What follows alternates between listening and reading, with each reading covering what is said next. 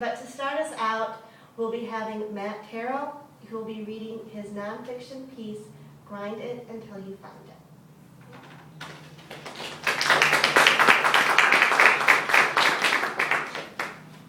So my name is Matt, and this piece is called Grind It Until You Find It. I flipped through photo after photo of complete strangers.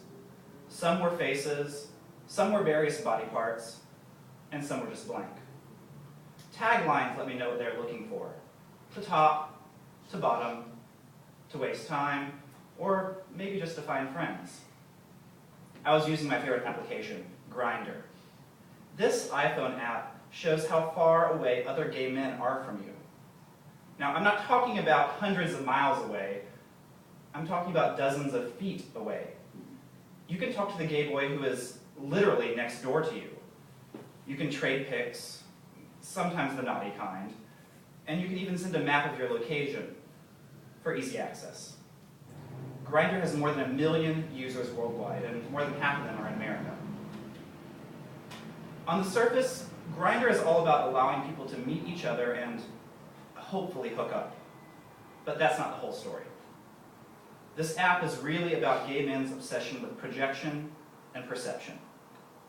Gay men grow up fully aware of how queer we seem to other people. We obsess over how normal and straight acting we can appear. To each other, we clarify ourselves with labels, such as mask, which stands for masculine, musk, for muscular, top, means that they fuck you, bottom, you fuck them, pause, he's got HIV, DDF, drug and disease free, aka they lie about having HIV.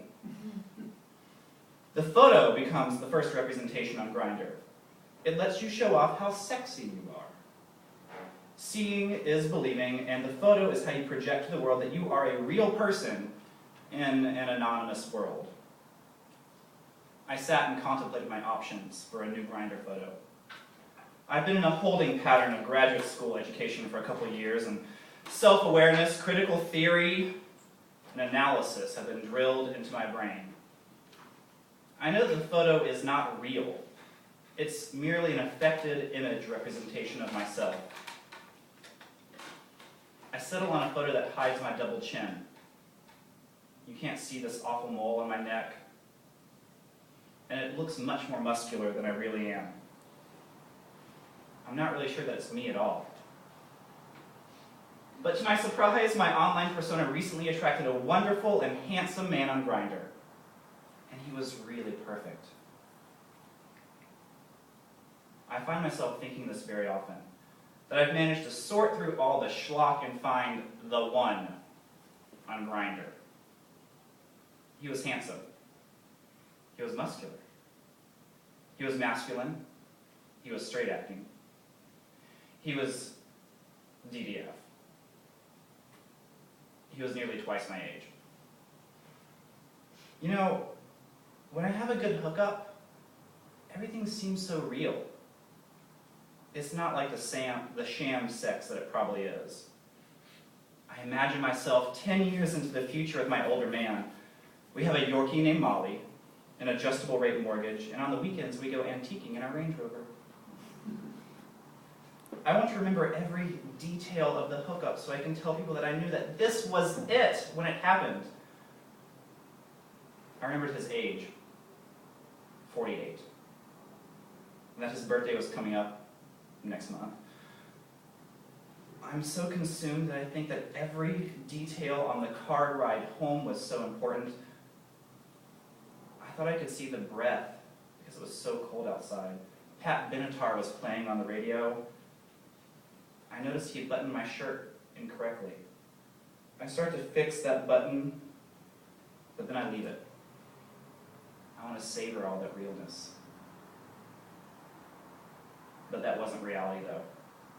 It was just another hookup. The next week, I managed not to call, and he managed not to call either. It was a month later before I realized that we were too busy to know each other's names. The realities of the hookup were never there. It was all sex, but no substance. The true reality comes every 3 months when you go get tested for HIV. Grindly kindly reminds you to go do it. At the testing place, reality is simpler, truer, realer. You are infected, or you are not. You will live with a disease for the rest of your life, or you're safe for now. You always go to the testing place alone. The lobby looks like a basement. All of the furniture is very used. Maybe there's a real nurse working there on any given day, but you're just as likely to be tested by some intern volunteer from a local community college. As you sit in the testing place lobby, you wish you were hooking up right now. Months ago, you thought that old man was the one. You thought his voice was real. You thought his smiling grinder pick was real. You thought realness was the smell of the chlorine in his hot tub. You thought life couldn't get any realer than when he held you warm in the cold air outside. The HIV testing people tell you that none of this was real. They tell you nothing is real. If anything is real, it is probably dangerous, and it will make you sick. Every detail of the HIV test is the new realness. The sing-song voice of the Jamaican woman as she swabs your mouth. The crooked pictures of a syphilis infection on the wall. The smell of latex gloves as they brush under your nose. The cold, stale air from the unclean floor vents. You want to forget every detail of the HIV test. You don't want to tell people that you knew that this is it, exactly when it happened. The Jamaican woman tells you to wait 20 minutes. At that time, she will tell you if you are positive. You sneak a look at Grindr while you wait in the testing place lobby. Nobody interesting is on Grindr while you're at the HIV place. It's all the same sad sacks that you blocked because you thought that they were ugly and you had hotter prospects waiting for you. You didn't. The Jamaican woman comes into the waiting room. You hide your iPhone so she doesn't see that you are grinding. She already knows what your HIV status is. They always look, so they can be mentally prepared to deliver bad news to you. She sits you down, as she always does, and she begins to read your results. You start to have a panic attack, as you always do.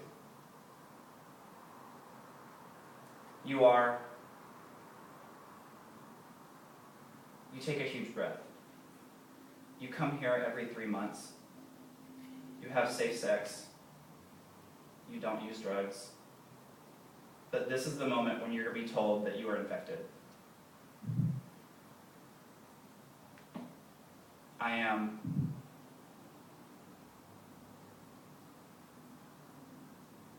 clean, HIV negative. You could swear she really sang that. Then you gasp in relief, as you always do. Well, all right, awesome. You are totally fucking out of there. But the Jamaican woman stops you. She speaks flatly, like her mother. You grind? She asks. Sometimes I grind on occasion. A lie, again, on your part. She tells you, just be careful. And have these condoms. You don't want the condoms she has to give you. You try to explain to her that you use condoms every time you have sex and you have your own brand that you prefer. You know how to use a condom, and and you would actually prefer not to have 24 chocolate-flavored crazy colored rainbow condoms in your pocket right now. But the Jamaican woman doesn't want to let you leave without your bag of condoms. She probably thinks that you do meth or something. Maybe you share needles. Who would turn down free condoms? You say goodbye to a volunteer girl as she walks you out. She hands you a syphilis brochure before you can think to decline it. You take this as the hint to come back soon. It seems the people in the testing place don't really have much faith in us. We are told that if we have sex, we shouldn't. If we still have sex, then we should use protection. If we use protection, we should still get tested. If we get tested, we will probably find out that we are HIV positive. We've been told that we will make each other sick. We've been told that we need to detach ourselves from any real intimacy. Condoms, mutual masturbation, dry humping, they are our new best friends. We are told that after HIV and crystal meth, hookups are the most dangerous thing to our health and well-being. We are told that if we hook up off something like Grindr, well, then you are just fucked.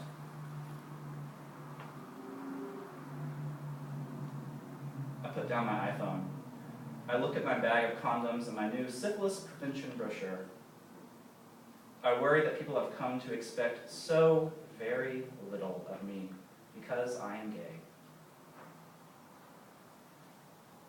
I believe that sex can have meaning. Tomorrow, I'm going to lay in bed with that older man. My toes will pop out from under the covers. He will turn over and scoop me up into his big, muscular arms. The arms will be much bigger than mine. I will laugh at his corny jokes. I will remember every real detail of our first nights together. I will even remember his name. I will remember everything because I will make it real.